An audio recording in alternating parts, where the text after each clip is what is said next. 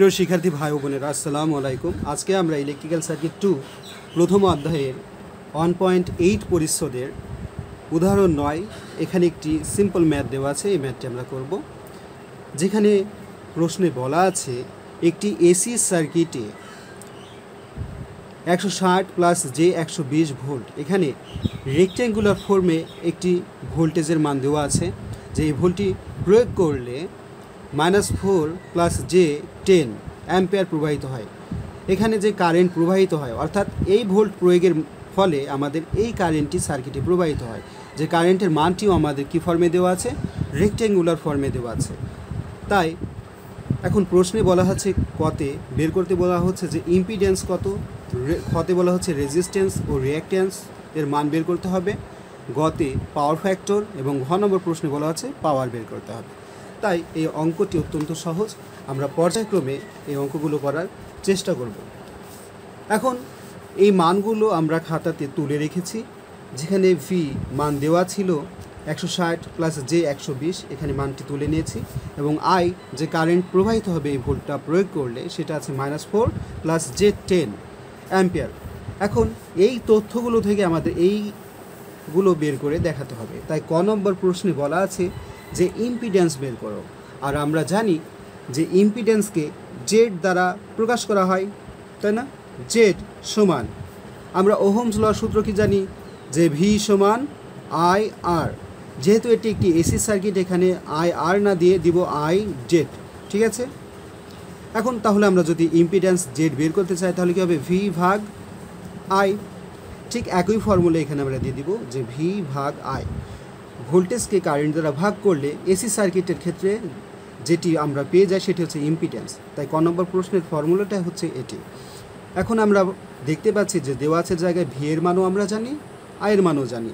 এই মান দুটোকে যদি আমরা বসিয়ে দিই তাহলে আমরা উত্তর পেয়ে যাব ক নম্বর প্রশ্নে।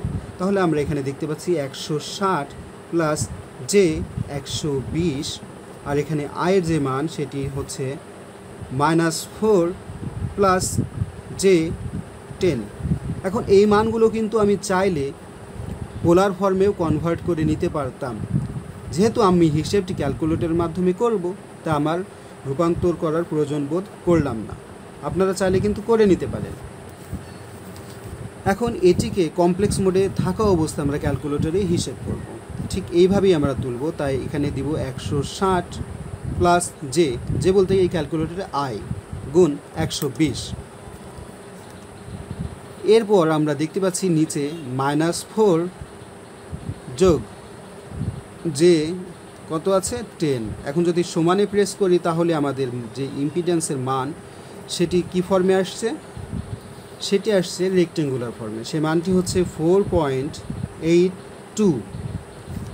আমরা ফ্র্যাকশনের পরে শুধু 2 সংখ্যা পর্যন্ত নিলাম, আর এখানে আমরা দেখতে পাচ্ছি মাইনাস, এই আইটি পরে দিয়েছে কিন্তু এখানে আমরা আগেই তুলে নেব যে ফ্যাক্টর হিসেবে। তারপরে দিব 17.93। এটি হচ্ছে মোট ইম্পিডেন্স কি ফর্মে, রেক্ট্যাঙ্গুলার ফর্মে। এটিকে আমরা পোলার ফর্মে কনভার্ট করব। তাহলে পোলার ফর্মে যেটি থাকে সেটি হচ্ছে জেড থিটা, এই ফর্মেটে আমাদের কি করতে হবে, কনভার্ট করতে হবে। কিন্তু এখানে জেডের কোনো এককভাবে অস্তিত্ব আমরা দেখতে পাচ্ছি না, তাই আমরা অবশ্যই সেটিকে কী করতে হবে, এই মানে থাকা অবস্থায় সেটিকে চলে যাব পোলার ফর্মে। তাই শিফট চেপে কমপ্লেক্স, তারপরে দেখতে পাচ্ছি 3 নম্বর সমানে প্রেস করলেই আমরা দেখতে পাচ্ছি সেই মানটি, সেটি হবে 18.56 অ্যাঙ্গেল অফ 7493 ডিগ্রি। আর ইম্পিডেন্সের একক কি হয়, ওহমে হয়, তা আমরা এখানে ওহম দিয়ে দিলাম। এটি হচ্ছে আমাদের ক নম্বর প্রশ্নের উত্তর। এর পরের প্রশ্নটি আপনারা খেয়াল করুন, যে পরের প্রশ্নে বলছে যে রেজিস্ট্যান্স ও রিঅ্যাক্ট্যান্স বের করো। এখন রেজিস্ট্যান্স এবং রিঅ্যাক্ট্যান্স যদি আমরা বের করতে চাই তাহলে ইম্পিডেন্সের রেক্ট্যাঙ্গুলার ফর্মে যে উত্তরটি এসেছিল সেটির দিকে আমাদের লক্ষ্য করতে হবে। এখানে লক্ষ্য করুন যে ইম্পিডেন্সের রেক্ট্যাঙ্গুলার ফর্মে যে উত্তর এসেছিল সেটি হচ্ছে এই অংশটি, তাই না? ইম্পিডেন্সের রেক্ট্যাঙ্গুলার ফর্মে প্রথমে যেটি থাকে সেটি হচ্ছে রেজিস্ট্যান্সের আর এর মান তারপরে মাইনাস এখানে আছে, এখানে জে ফ্যাক্টর আছে, আর এখানে যে মানটি আছে সেটি কিসের মান, এটি কিসের মান হবে সেটি আমরা এখানে দেখতে পাচ্ছি মাইনাস, তাই এটি অবশ্যই হবে এক্সির মান। কেননা আমরা আর সি শাখার ক্ষেত্রে ইম্পিডেন্সের সূত্র কি জানতাম, আর মাইনাস জে এক্স সি।